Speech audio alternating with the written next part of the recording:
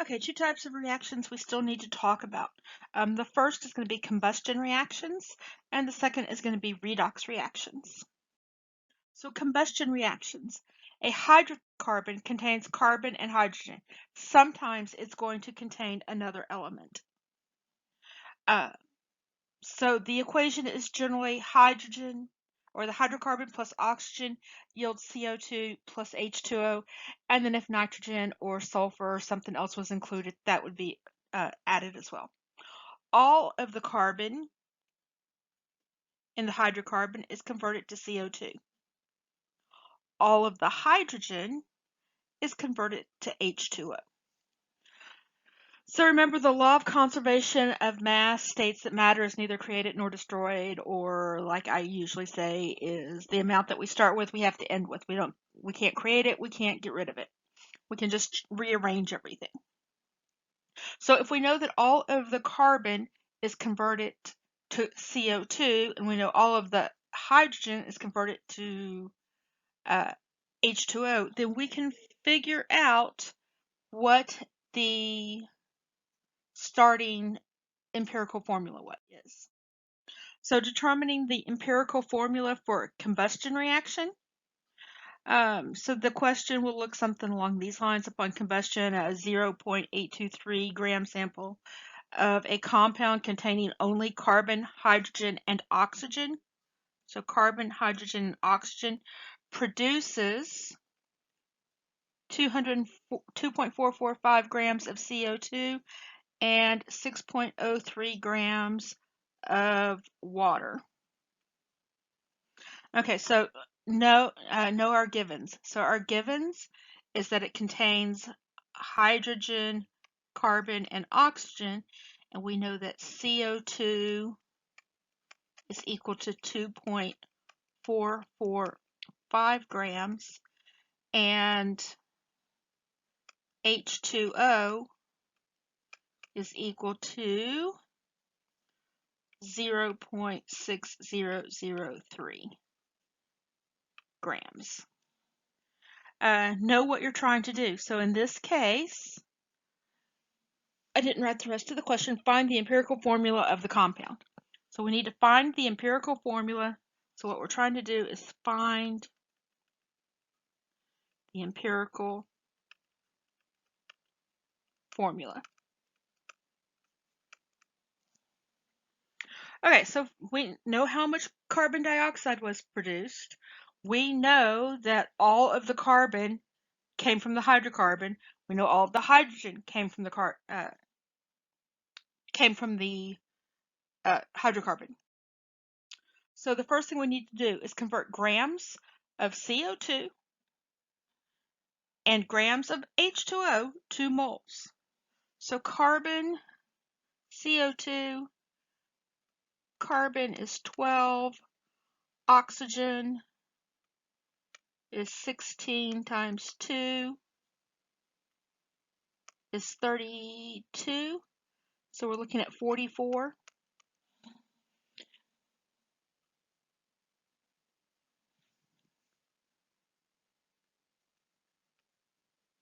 We're converting to moles. So we know that 1 mole of CO2 should equal 44 grams of CO2.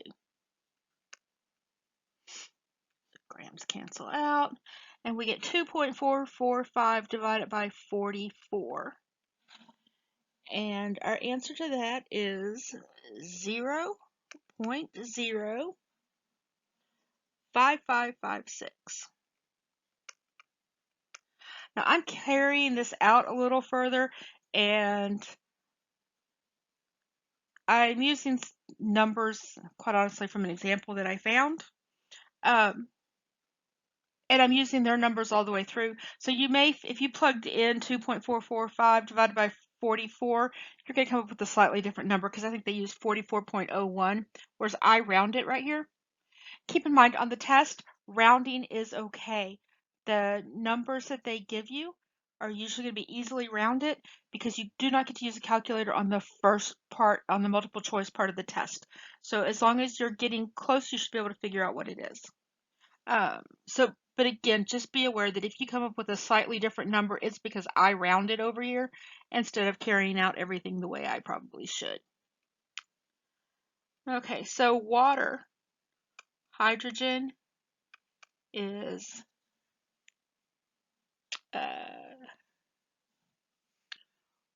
1 times 2, and oxygen is 16. So 18. So 1 mole is 18 grams of H2O equals 0.3331 moles of H2O.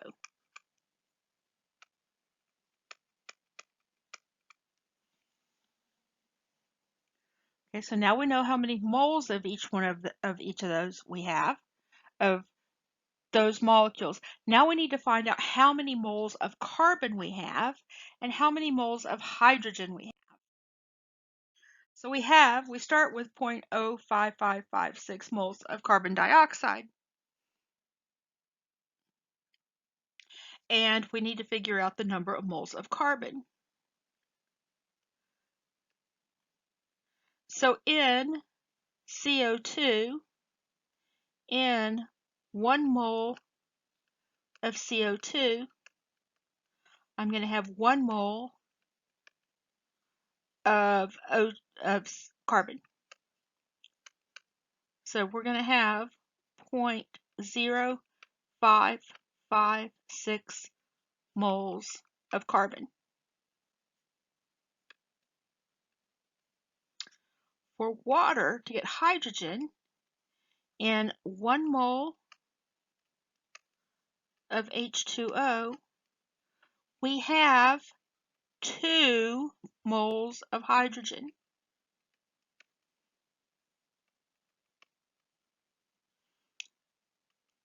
So this comes out to 0.06662. And I know some people that would automatically change that number just because they can't deal with the 0.666. Okay, so at any rate, so now we know how many moles of each one of those that we have. So the next thing we need to do is figure out the mass of carbon and the mass of hydrogen. So the mass of we start with 0.0556.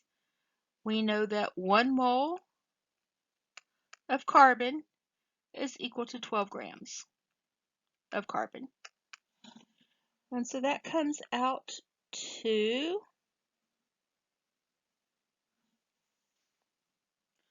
0.6673 grams of carbon.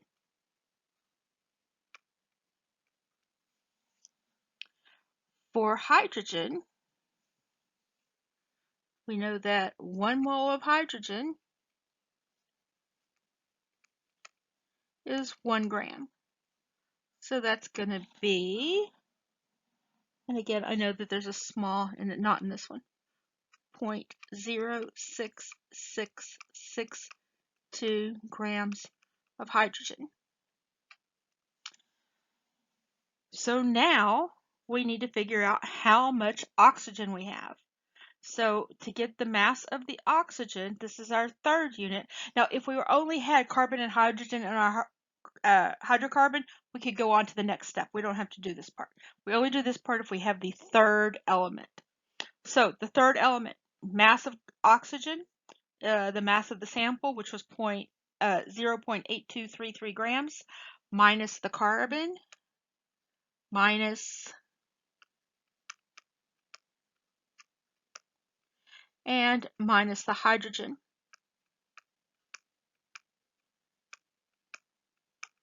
And that total should be 0.0 889 grams of oxygen.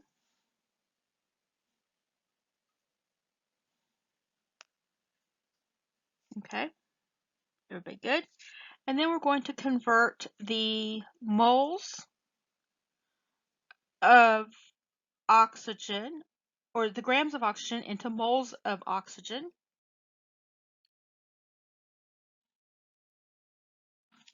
I forgot an 8 here when I typed this part up. We know that to have 1 mole of oxygen, oxygen has a molar mass of 16.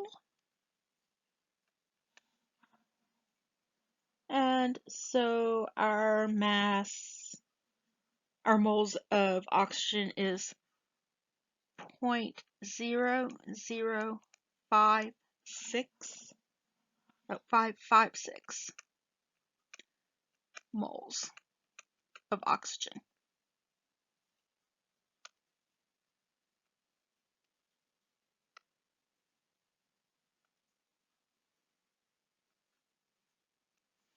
There we go, 556. Okay, so now we have our number of moles. Now we have to figure out that ratio. So what we wind up with is these lovely, beautiful numbers right here. So to get our empirical formula, the first thing we do is divide by the smallest number. So we're going to divide them all by 0.00556, 0.00556, 0.00556.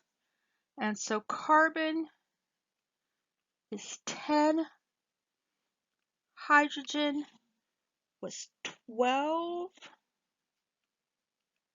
and the oxygen was 1.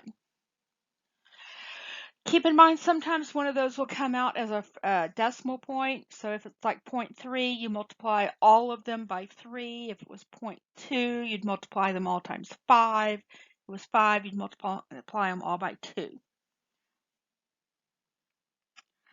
So in this case, it's C10H12O is the empirical formula.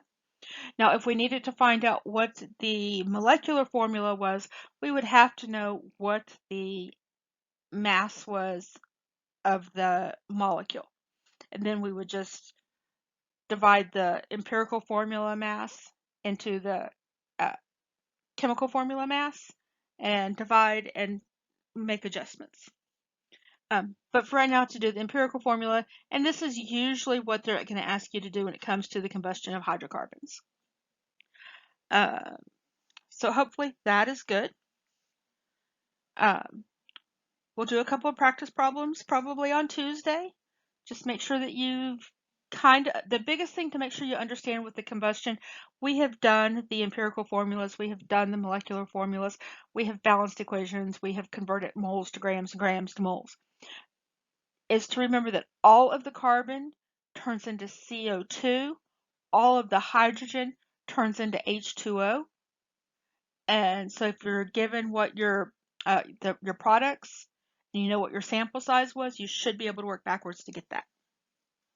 Okay, so next, redox reactions. And redox reactions are not just one type of reaction. They actually can be all of the different types of reactions that we've talked about. Ionic, when we start talking about ionic reactions, synthesis reactions, decomposition reactions, all that's happening is we're changing the oxidation number of one to the other. We're moving electrons from one to another. So in the instance when we're looking at this, so all reactions in which electrons are transferred from one reactant to the other, they often, but not always, use oxygen in the reaction. Okay, so iron plus oxygen yields iron to, that should be O3. Sorry, my subscript wasn't working. It should be O3. User error. Okay, so the rules for assigning oxidation states, and this is probably one of the biggest struggles with doing redox reactions. The oxidation state of an atom in a free element is 0. So if we just had sodium, the oxidation state is 0. If we only have iron, so in the equation we were looking at before, just the Fe is 0. The oxidation state of a monoatomic ion is equal to its charge. So if you have a monoatomic ion, it's equal to its charge. The sum of the oxidation states of all atoms in a neutral molecule for a formula unit is 0.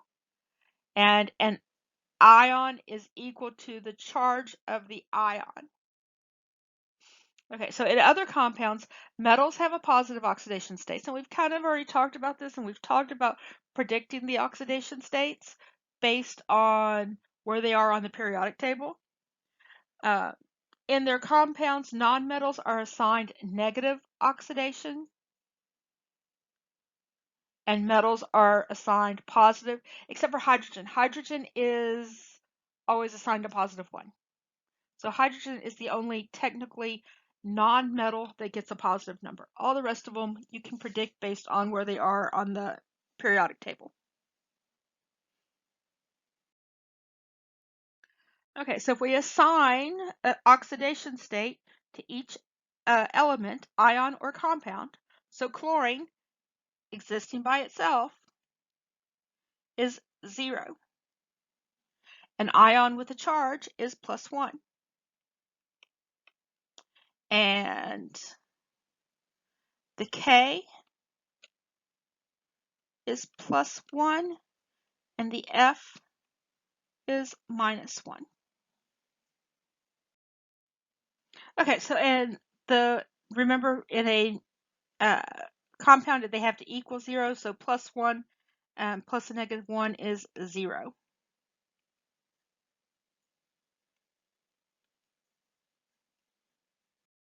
Okay, so to figure out carbon dioxide, we have the oxidation state of carbon plus 2 times the oxidation start of oxygen is going to equal 0. So for carbon we may not be sure on. However, we know that oxygen, based on one of the rules, oxygen is always -2. We have 2 oxygens, so 2 times -2, or 2 times -2 is a -4. So C plus 4 has to equal 0, or plus a -4 has to equal 0, so carbon must be a +4.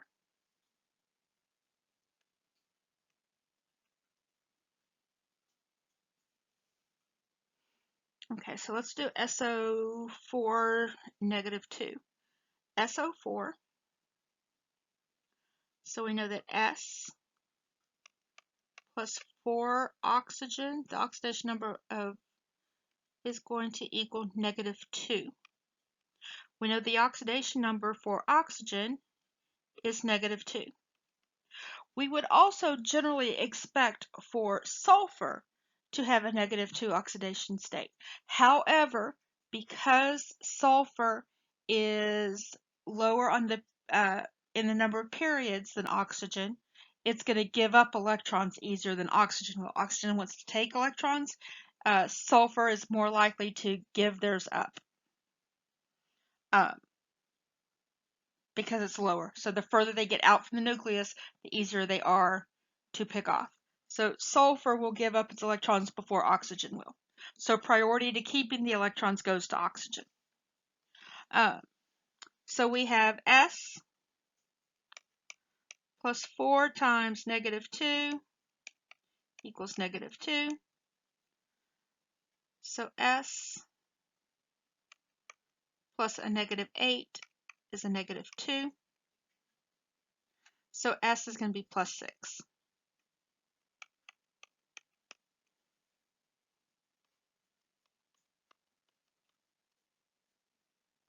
And you can double check this, because if you have +6 times 1 is going to be +6. -2 times 4 is -8, plus 6 plus -8 is a -2 charge. So potassium and oxygen. Okay, so we're looking at potassium and oxygen. Potassium, we expect, and so it's going to be 2 times the oxidation rate of potassium plus 2 times the oxidation rate of oxygen is going to equal 0. We would normally expect oxygen to have a -2. However, potassium always has a +1. That is rule 4. Rule 5 is where it says oxygen has a -2. Rule 4 is first, so it takes priority over Rule 5. So potassium is always going to have a +1. So potassium has a +1. There are 2 of them.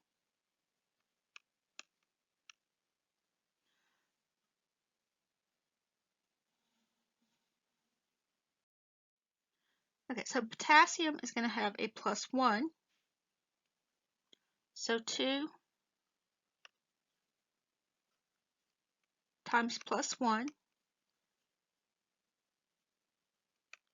plus 2 times oxygen is going to equal 0. So oxygen is going to have a -1. So oxygen will equal -1.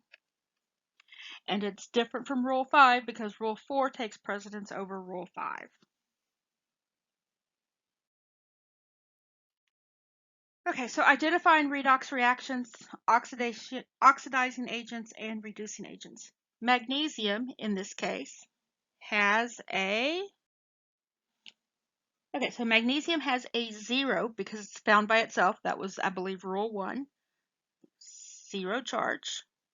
Oxygen has a 0 charge. So magnesium and oxygen. Oxygen has a -2 charge, and magnesium has a +2. And those you can get, basically the magnesium is in the second, is in group 2, so it has a +2 charge. So the oxidation number, and this is where we get confusing, that is oxidizing, or oxidation, when the number got larger. Reducing, the number got smaller, became more negative. So that's our reduction occurred. It became more negative. So oxidation became more positive. Reduction became more negative. Reduction gained electrons. So reduction gained electrons. Gained electrons. Oxidation lost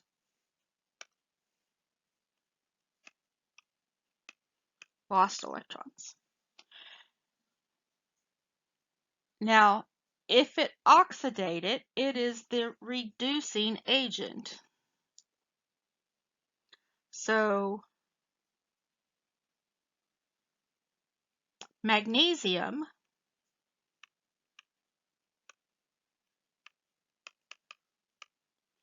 is the reducing agent.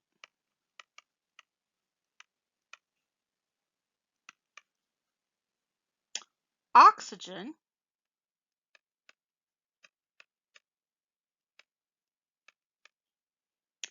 is the oxidizing agent.